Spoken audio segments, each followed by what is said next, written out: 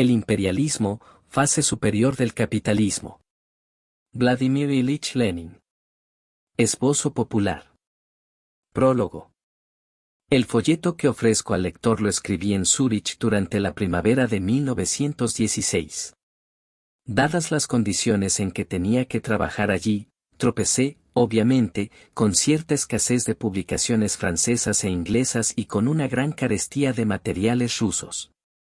Sin embargo, si utilicé, con la atención que a mi juicio merece, el libro de J. A. Hobson B., la obra inglesa más importante sobre el imperialismo. Este folleto está escrito con un ojo puesto en la censura zarista. Por esta razón, además de verme obligado a limitarme estrictamente a un análisis exclusivamente teórico, a un análisis específicamente económico de los hechos, también tuve que formular con la mayor de las prudencias las pocas e indispensables observaciones políticas, para lo cual me valgo de alusiones y utilizo un lenguaje alegórico, ese maldito lenguaje esópico al que el zarismo obligaba a recurrir a todos los revolucionarios cuando tomaban la pluma para escribir una publicación legal. Ahora, en estos días de libertad, resulta doloroso releer los pasajes que fueron mutilados, comprimidos, atenazados por temor a la censura zarista. Para decir que el imperialismo es la antesala de la revolución socialista, que el socialchauvinismo, socialismo de boquilla, pero chauvinismo en los hechos, es una traición completa al socialismo, la total deserción al campo de la burguesía, que esta división en el movimiento obrero está relacionada con las condiciones objetivas del imperialismo, etc. Me vi obligado a recurrir a un lenguaje servil, y por eso a los lectores interesados en este aspecto debo remitirles a los artículos escritos en el extranjero entre 1914 y 1917, que serán reeditados en breve. Vale la pena destacar, sobre todo, un pasaje de las páginas 119 a 120, para mostrar al lector, de una manera aceptable para los censores, cómo mienten descaradamente los capitalistas y los socialchauvinistas que se han puesto de su parte, a quienes Kautsky se opone con tanta inconsecuencia, en lo referido a las anexiones, para mostrar cómo sin ninguna vergüenza encubren las anexiones de sus capitalistas, me vi obligado a citar como ejemplo. Japón. El lector atento sustituirá fácilmente Japón por Rusia, y Corea por Finlandia, Polonia, Curlandia, Ucrania, Jiva, Bujara, Estonia y otros territorios de población no rusa. Confío en que este folleto ayudará a comprender el problema económico fundamental, es decir, la esencia económica del imperialismo, sin cuyo estudio es imposible comprender y evaluar la guerra y la política modernas. El autor Petrogrado, 26 de abril de 1917. Prólogo a las ediciones francesa y alemana. Capítulo 1. Como se dice en el prólogo de la edición rusa, este folleto fue escrito en 1916 con un ojo puesto en la censura zarista. Actualmente no me es posible revisar todo el texto, ni, quizás, fuese aconsejable, ya que el objetivo principal del libro era, y sigue siendo, presentar, con la ayuda de estadísticas burguesas irrefutables y de declaraciones de estudiosos burgueses de todos los países, una visión de conjunto de la economía capitalista mundial en sus relaciones internacionales a comienzos del siglo XX, en vísperas de la Primera Guerra Imperialista Mundial.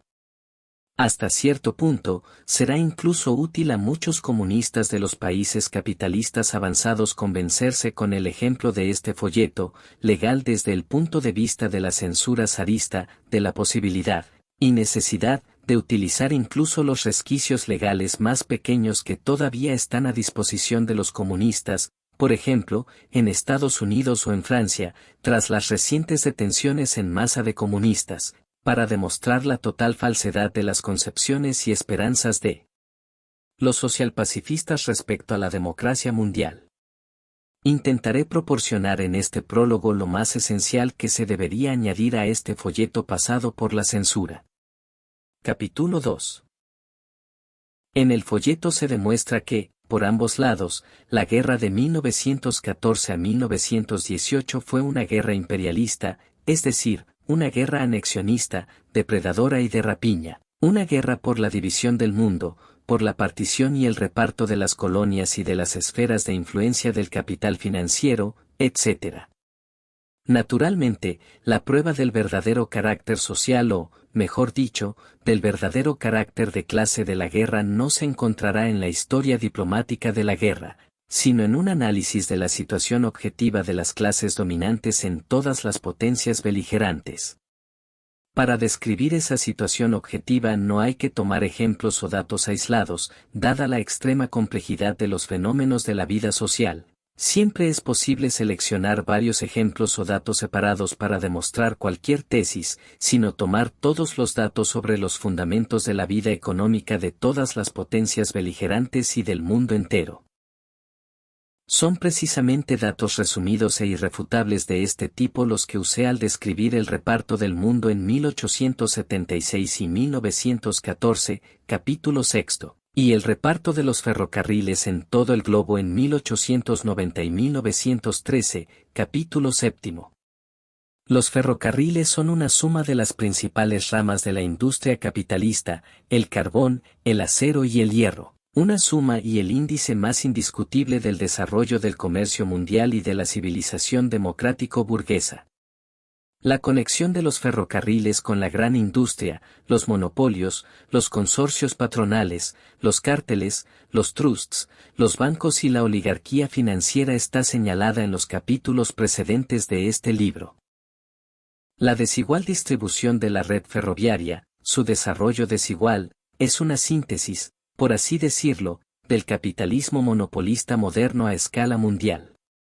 Y esta síntesis demuestra que las guerras imperialistas son absolutamente inevitables bajo este sistema económico, mientras exista la propiedad privada de los medios de producción.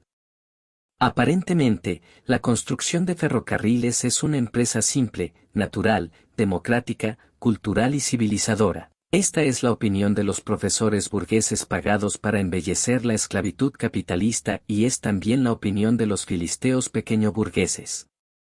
Pero es un hecho que los lazos capitalistas, que mediante múltiples cruces ligan esas empresas con la propiedad privada de los medios de producción en general, han transformado dicha construcción en un medio para oprimir a 1.000 millones de seres humanos en las colonias y semicolonias. Es decir, a más de la mitad de la población mundial que vive en los países dependientes, así como a los esclavos asalariados del capital en los países civilizados. La propiedad privada basada en el trabajo del pequeño propietario, la libre competencia, la democracia, todos esos eslóganes con que los capitalistas y su prensa engañan a los obreros y a los campesinos, pertenecen a un pasado distante. El capitalismo se ha transformado en un sistema mundial de opresión colonial y de estrangulamiento financiero de la aplastante mayoría de la población del planeta por un puñado de países avanzados. Y ese botín es compartido entre 2 o 3 potencias mundiales saqueadoras armadas hasta los dientes, Estados Unidos, Gran Bretaña, Japón, que arrastran al mundo entero a su guerra por el reparto de su botín. Capítulo 3. El Tratado de Brest-Litovsk, impuesto por la Alemania monárquica, y el posterior y mucho más brutal e infame Tratado de Versalles, impuesto por las repúblicas democráticas de Estados Unidos y Francia, y también por la libre Gran Bretaña, han prestado un servicio muy útil a la humanidad, al desenmascarar al mismo tiempo a los plumíferos a sueldo del imperialismo y a los reaccionarios pequeñoburgueses, quienes, aunque se califican a sí mismos de pacifistas y socialistas, alababan el wilsonismo e insistían en que la paz y las reformas son posibles bajo el imperialismo. Las decenas de millones de muertos y mutilados que dejó la guerra, una guerra para decidir qué grupo de saqueadores financieros, si el británico o el alemán, se quedaba con la mayor parte del botín y esos dos tratados de paz están abriendo los ojos, a una velocidad sin precedentes, a millones y decenas de millones de personas aterrorizadas, oprimidas y engañadas por la burguesía. De la ruina mundial causada por la guerra está surgiendo una crisis revolucionaria mundial que, por largas y duras que puedan ser sus fases, solamente puede conducir a la revolución proletaria y a su victoria. El manifiesto de Basilea de la Segunda Internacional, proletaria y a su victoria. Y que en 1912 caracterizó precisamente la guerra iniciada en 1914 y no la guerra en general. Hay diferentes tipos de guerra, incluida la guerra revolucionaria. Es ahora un monumento de denuncia de la vergonzosa bancarrota y la traición de los héroes de la Segunda Internacional. Por eso incluyo ese manifiesto asterisco como complemento de la presente edición, y hago notar al lector, una y otra vez, que los héroes de la Segunda Internacional reniegan constantemente, con el mismo empeño que pone un asesino en evitar la escena de su crimen, de los pasajes de ese manifiesto que hablan precisa, clara y definitivamente de la conexión entre la guerra que se avecinaba y la revolución proletaria. Pequeño burguesas, en este libro hemos prestado una atención especial a la crítica del kautsquismo, esa corriente ideológica internacional que en todos los países del mundo representan los teóricos más eminentes, los líderes de la Segunda Internacional, Otto Bauer y compañía en Austria, Ramsay MacDonald y otros en Gran Bretaña, Albert Thomas en Francia, etc., y un número infinito de socialistas, reformistas, pacifistas, demócratas burgueses y curas. Por un lado, esa corriente ideológica es producto de la descomposición y el declive de la Segunda Internacional y, por otro, es el fruto inevitable de la ideología de la pequeña burguesía, a quien todo su estilo de vida mantiene prisionera de los prejuicios burgueses y democráticos. Las ideas defendidas por Kautsky y compañía representan una completa renuncia a los mismos principios revolucionarios del marxismo que él defendió durante décadas, sobre todo, por cierto, en su lucha contra el oportunismo socialista, Bernstein, Millerand, Ingman, Gompers, etc. No es casualidad, por tanto, que la práctica política actual de los seguidores de Kautsky en todo el mundo sea de unión con los oportunistas extremos, a través de la Segunda Internacional o Internacional Amarilla, y con los gobiernos burgueses, a través de gobiernos de coalición con participación de los socialistas. El creciente movimiento proletario revolucionario, en general, y el movimiento comunista, en particular, no pueden dejar de analizar y desenmascarar los errores teóricos del kautsquismo.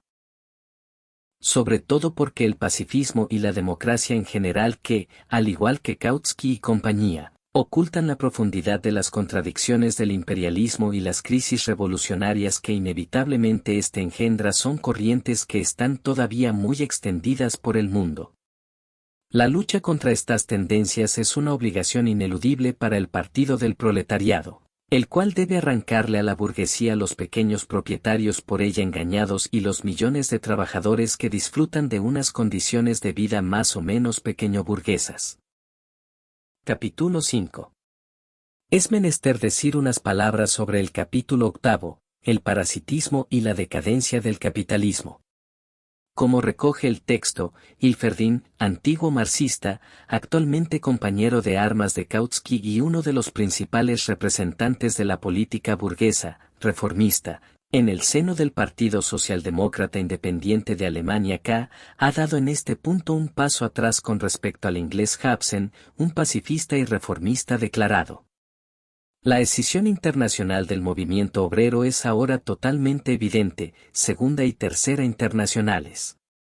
La lucha armada y la guerra civil entre ambas corrientes es también evidente. En Rusia, el apoyo de los mencheviques y los eseristas a Kolchak y Denikin contra los bolcheviques. En Alemania, la lucha de Scheidemann, Noske y compañía junto a la burguesía contra los espartaquistas. Y lo mismo en Finlandia, Polonia, Hungría, etc. ¿Cuáles son las bases económicas de este fenómeno histórico universal?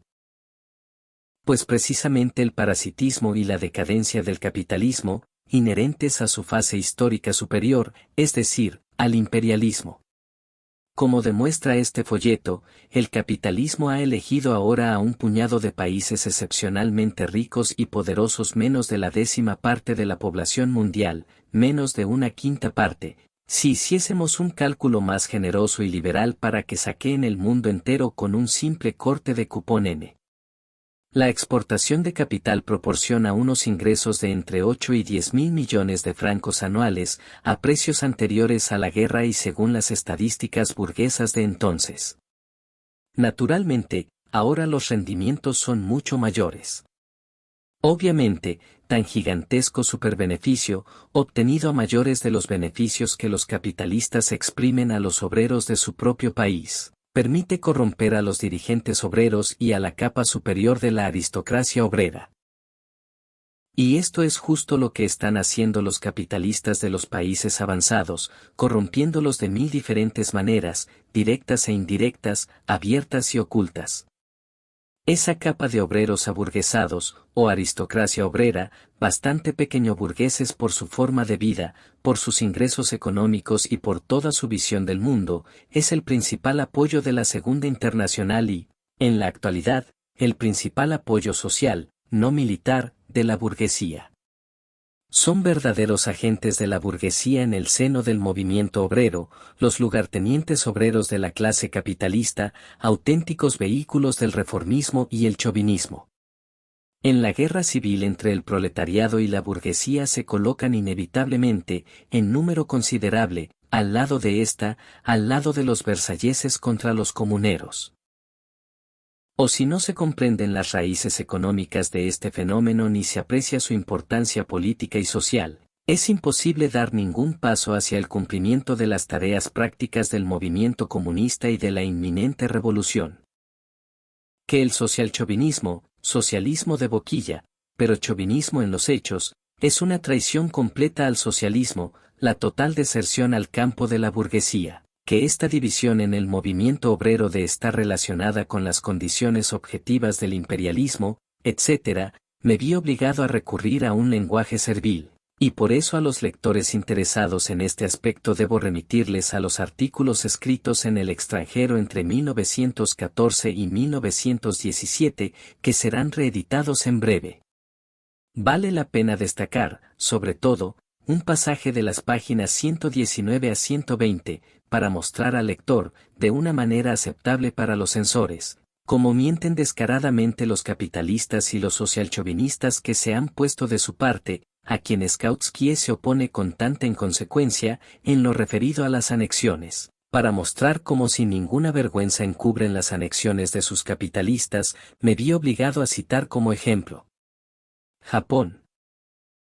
El lector atento sustituirá fácilmente Japón por Rusia, y Corea por Finlandia, Polonia, Curlandia, Ucrania, Jiva, Bujara, Estonia y otros territorios de población no rusa.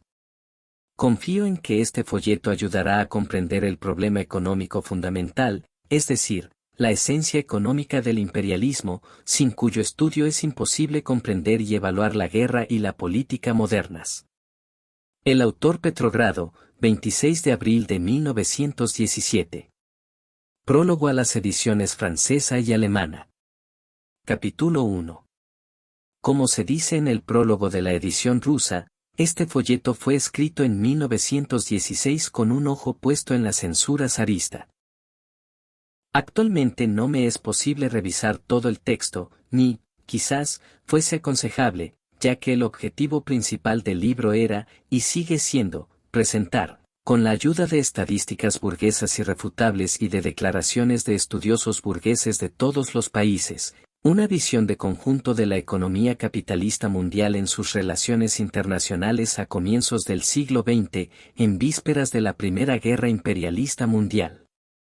Hasta cierto punto, será incluso útil a muchos comunistas de los países capitalistas avanzados convencerse con el ejemplo de este folleto, legal desde el punto de vista de la censura zarista, de la posibilidad, y necesidad, de utilizar incluso los resquicios legales más pequeños que todavía están a disposición de los comunistas, por ejemplo, en Estados Unidos o en Francia, tras las recientes detenciones en masa de comunistas, para demostrar la total falsedad de las concepciones y esperanzas de Los socialpacifistas respecto a la democracia mundial.